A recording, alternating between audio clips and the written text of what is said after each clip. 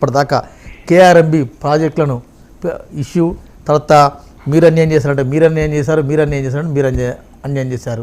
ఇంతకీ నీళ్ళ కోసమే తెలంగాణ ఉద్యమం పుట్టింది, నీళ్ళ కోసమే తెలంగాణ రాష్ట్రం వచ్చింది.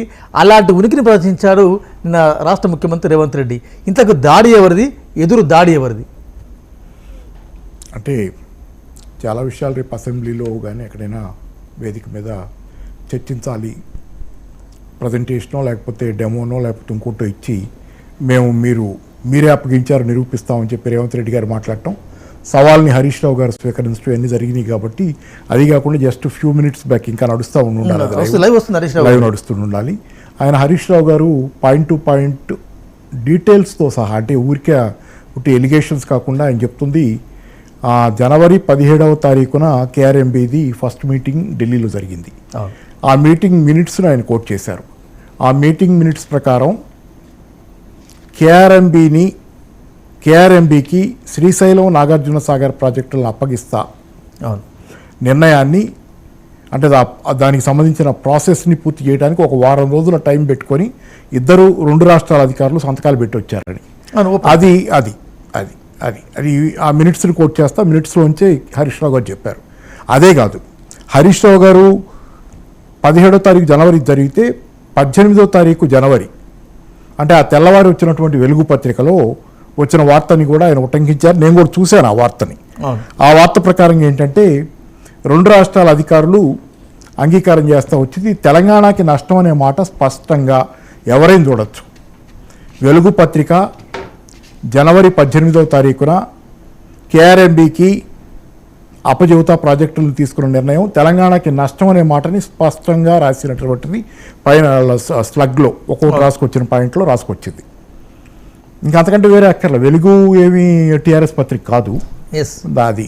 తర్వాత రాష్ట్ర ముఖ్యమంత్రి గారు అదే కాదు, సాక్షి పత్రిక కూడా అదే సందర్భంలో రాసిన దాన్ని కూడా హరీష్ రావు గారు కోట్ చేశారు.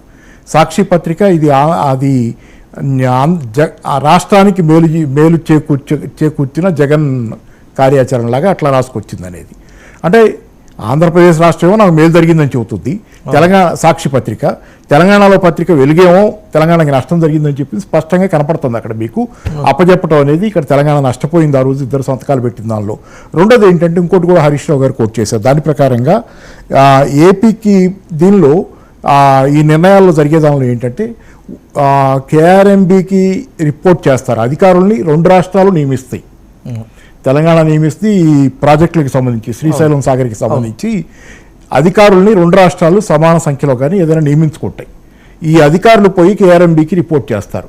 కానీ అధికారుల జీతాలు మాత్రం రాష్ట్ర ప్రభుత్వాలు ఇస్తాయి మాత్రం. అంటే అంతవరకే వాళ్ళ పాత్ర. రాష్ట్ర ప్రభుత్వానికి వాళ్ళ జవాబుదారీతనం వాళ్ళకు ఉన్న లింక్ అదే. మిగతా లింక్ మొత్తం కేంద్రంతో కేఆర్ఎంబీతోనే. కాబట్టి ఏంటంటే పెట్టపోరు పిల్లి తీర్చినట్టు ఇంతకాలం పాటు రకరకాల రూపాల్లో కేంద్ర ప్రభుత్వం ఎలాగైనా సరే తన సొంతం చేసుకోవాలి ప్రాజెక్టుల పరిధిని అని చెప్పి ప్రయత్నం చేస్తారు. మీరు ఏమాట చెప్పాలి, కానీ 10 ఏళ్ల పాటు టీఆర్ఎస్ ఫైట్ చేసింది ఇవ్వలేదు కదా. 10 ఏళ్ల తర్వాత వచ్చిన నెలన్నరలో మీరు పూర్తిగా అప్పచెప్పేశారంటే మీరు అనేక సమావేశాలు బైకట్ చేసి వచ్చారు. అవును, మీరు ఉన్నప్పుడు మనం ఇవే డిస్కస్ చేశాం కదా, చాలాసార్లు డిస్కస్ చేశాం. కేఆర్ఎం మీరు వచ్చిన నెలన్నరలో తీసుకెళ్లి కేంద్రానికి అప్పచెప్పేశారు. ఇది శాశ్వతమైనటువంటి డ్యామేజ్. ఇది పరిష్కారం కావాలంటే మళ్ళీ ఎట్లా? శాశ్వతంగా డ్యామేజ్ చేశారు. నీళ్లు నిధులు నియామకాల్లో ఫస్ట్ దాని విషయంలో ఆల్రెడీ రాష్ట్ర ప్రయోజనాలను గండికొట్టే విధంగా నిర్ణయాలు తీసుకొని తెలంగాణ రాష్ట్ర స్వీయ ప్రయోజనాలకు వ్యతిరేకంగా నిర్ణయాలు తీసుకుంటూ వస్తున్నారు. తర్వాత ఇంకా చాలా విమర్శలు వస్తున్నాయి ఈ మధ్య. ఇప్పుడు మీరు ఇందాక చాలా నీట్గా చెప్పినారు. ఎలాగోలా ఢిల్లీ చేతిలో ప్రాజెక్టులు పెట్టారు. అది రేవంత్ రెడ్డి సర్కార్, కాంగ్రెస్ సర్కార్ పెట్టింది. చాలా ఓపెన్గా కనబడుతుంది పత్రికలతో సహా. మీరు చెప్పినారు, ఇంతకుముందు హరీష్ రావు కూడా చెప్పినారు. కానీ నిన్న రాష్ట్ర ముఖ్యమంత్రి, రాష్ట్ర ప్రభుత్వం ఏం చెబుతుంది?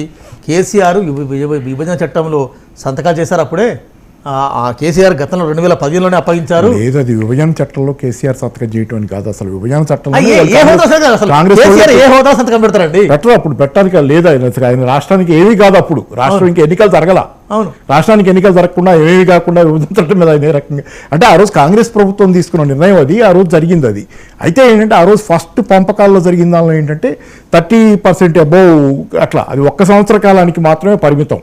అదే పాయింట్అవుట్ చేస్తున్నాను. నేను రేవంత్ రెడ్డి గారి ప్రెస్ మీట్లో కూడా ఒక జర్నలిస్ట్, ఆయన టీ న్యూస్ అనుకుంటా, ఆయన అడిగిన ప్రశ్నకు ఆయన జవాబు చెప్పాల. నమస్తే తెలంగాణ జర్నలిస్ట్కి జవాబు చెప్పాల.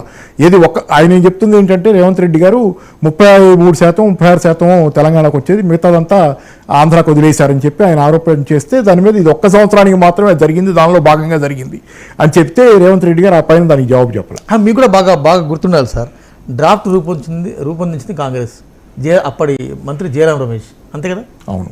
అసలు కేసీఆర్ సంబంధం లేదు కదా, కేసీఆర్ సంతకాలు పెట్టారు. కేసీఆర్కి అసలు అప్పుడు కేసీఆర్ అంత ఇది 2 రాష్ట్రాల విభజన పూర్తయిన తర్వాత, ఎన్నికల తర్వాత ఆయన ముఖ్యమంత్రిగా ఆయన స్టేటస్ బిగిన్ అయింది. అంతదాకా కూడా విభజన జరుగుతున్న తరుణంలో కేసీఆర్ గారు జస్ట్ లైక్ ఎనీ అదర్ ఎంపీనో లేకపోతే ఇంకోటి, అంతవరకే. అంత తప్పితే ఆయనకి ఇంకో పాత్ర లేదు. అందరిలాగే ఆయన కూడా అటో ఇటో సంతకాలు పెట్టడానికి ఆయనకి ఏమాత్రం హక్కు కూడా లేదు ఆ రోజు. అవును. కానీ ఢిల్లీ చేతిలో కేసీఆర్ ప్రాజెక్టులను పెట్టాడు, విభజన చట్టం మేరకే కేసీఆర్ అప్పగించారు. దాడి ఎవరిది, ఎదురు దాడి ఎవరిది? అంటే ఇవాళ ప్రెస్ మీట్ ఇవాళ అంత చక్కగా హరీష్ రావు గారు వివరంగా చెబుతున్నారు. దానిలో కనపడుతుంది కదా, 17వ తారీఖు జనవరి జరిగిన మీటింగ్లో జరిగిన మినిట్స్ని తీసి ఆయన చదివి వినిపించారు. అదేమి తెలంగాణ ప్రభుత్వం, ఆంధ్రప్రదేశ్ ప్రభుత్వం ఎవరో రాసుకుంది కాదు, లేకపోతే కేసీఆర్ గారు లేకపోతే జగన్ రాసినవి కాదు కదా. అందుకేంటంటే ఆ మినిట్స్ తీసి స్పష్టంగా చదువుతున్నారు. మినిట్స్ ఎవరైనా ఆన్లైన్లో దొరుకుతాయి అనుకుంటుంది, నేను అనుకోవట్లేదు. మినిట్స్ చదువుకోవచ్చు. అలాగే వెలుగు పత్రిక 18వ తారీఖు వెలుగు పత్రికలో చదువుకుంటే తెలంగాణకు నష్టం అనే మాట అది పైనుంచి రాసుకొచ్చిన స్లగ్ సబ్ హెడ్డింగ్స్లోనే అది కనపడుతుంది. అలాగే సాక్షి పత్రికలో కూడా కనపడుతుంది మీకు ఆంధ్రప్రదేశ్కి జగన్ చేసుకున్నటువంటి మేలు అనేది ఇంతకంటే స్పష్టంగా. అలాగే కాకుండా ఈ మధ్య ఇంకోటి ఏదో దేనిలో చదివిని చెప్పింది, ఈ జీతాలు ఇచ్చుకోవడం దీని విషయం ప్రాజెక్టులకు సంబంధించి కేఆర్ఎంబీకి అధికారులు, అటు ఆంధ్రప్రదేశ్ అధికారులు, తెలంగాణ అధికారులు కేఆర్ఎంబీకి రిపోర్ట్ చేస్తారు, జీతాలు మాత్రం వెళ్ళిస్తారు. జీతాలు మాత్రం అంటే అంతవరకే అప్పగించారు సార్. 10 ఏళ్ల తర్వాత రాష్ట్రం వచ్చిన 10 ఏళ్ల తర్వాత దిగ్విజయంగా విజయవంతంగా ఢిల్లీ చేతిలో పెట్టారు. ఇప్పుడు బీఆర్ఎస్ ఆరోపిస్తున్నది అదే కదా. మీకు ఇంతకాలం పడ్డటువంటి ఒక స్ట్రగుల్ తాలూకు తెలంగాణ ఉద్యమం నడిచిన సుమారుగా 2000 సంవత్సరం 99-2000 సంవత్సరం నుంచి నడిచిన సుదీర్ఘ ఉద్యమం, ఆ తర్వాత 10 ఏళ్ల పాటు పడతాలేస్తా పడ్డటువంటి కష్టాలన్నీ ఈరోజు బూడిదలో పోసిన పన్నీర్ అయిపోయి మళ్ళీ సేమ్ కేఆర్ఎంబీ అంటే కేఆర్ఎంబీ గురించినటువంటి పదే ఆరోపణలు ఏంటంటే ఆంధ్రప్రదేశ్ దాని మీద పెత్తనం చేస్తుంది అనేది ఇది నడిచినాయి. దాని మీద అంటే ఆంధ్రప్రదేశ్కి వాటా వద్దని కాదు, ఉండాలి, కానీ ఎవరికి న్యాయం జరగాలి కదా. కానీ ఎకడమిక్స్ చెప్పకుండా కేసీఆర్ జగన్ మధ్య ఏం జరిగింది, ఇద్దరు ఏకాంత చర్చలు, వాళ్ళు పంచుకున్నారు 299 టీఎంసీలకు, అప్పుడు కేసీఆర్ సంతకం పెట్టాడు, అప్పుడు అవన్నీ ఓకే. ఇప్పుడు నేనే పెద్ద ఎక్స్పర్ట్ నేను కావక్కర్లేదు కదా. అప్పటికి ఎన్నికలు కాల, కేసీఆర్ గారు మామూలుగా ఎంపీ, విభజన జరిగినప్పుడు అందరిలాగే కేసీఆర్ గారు కూడా, ఆ తర్వాత కాలంలో ఎన్నికలు జరిగితే కేసీఆర్ గారు అధికారంలోకి రావటం ఆ తర్వాత జరిగింది. ఈ లోపుగా విభజన చట్టం అంత ముందే వచ్చింది కదా. అవును. మరి ఈ విషయం అర్థం కాని వాళ్ళు తెలుగునాట ఎవరు ఉంటారు అటు ఇటు రైట్. అంటే నేను అనుకుంటా, నాకు తెలిసి ఇది బీఆర్ఎస్కి కేసీఆర్ టీంకి ఒక అస్త్రం అనుకుంటున్నాను. ఎన్నికల ముందు అస్త్రం కాదు, ఫస్ట్ మేజర్ బ్రేక్ త్రూ. జనాలకి ఇంతకుముందు ఏంటంటే ఈ స్కీములు లేకపోతే 6 గ్యారంటీలు వీటి అమలు లేకపోతే గ్రూప్ 1 నోటిఫికేషన్ ఇట్లాంటి విషయాల్లో నెమ్మదిగా అసంతృప్తి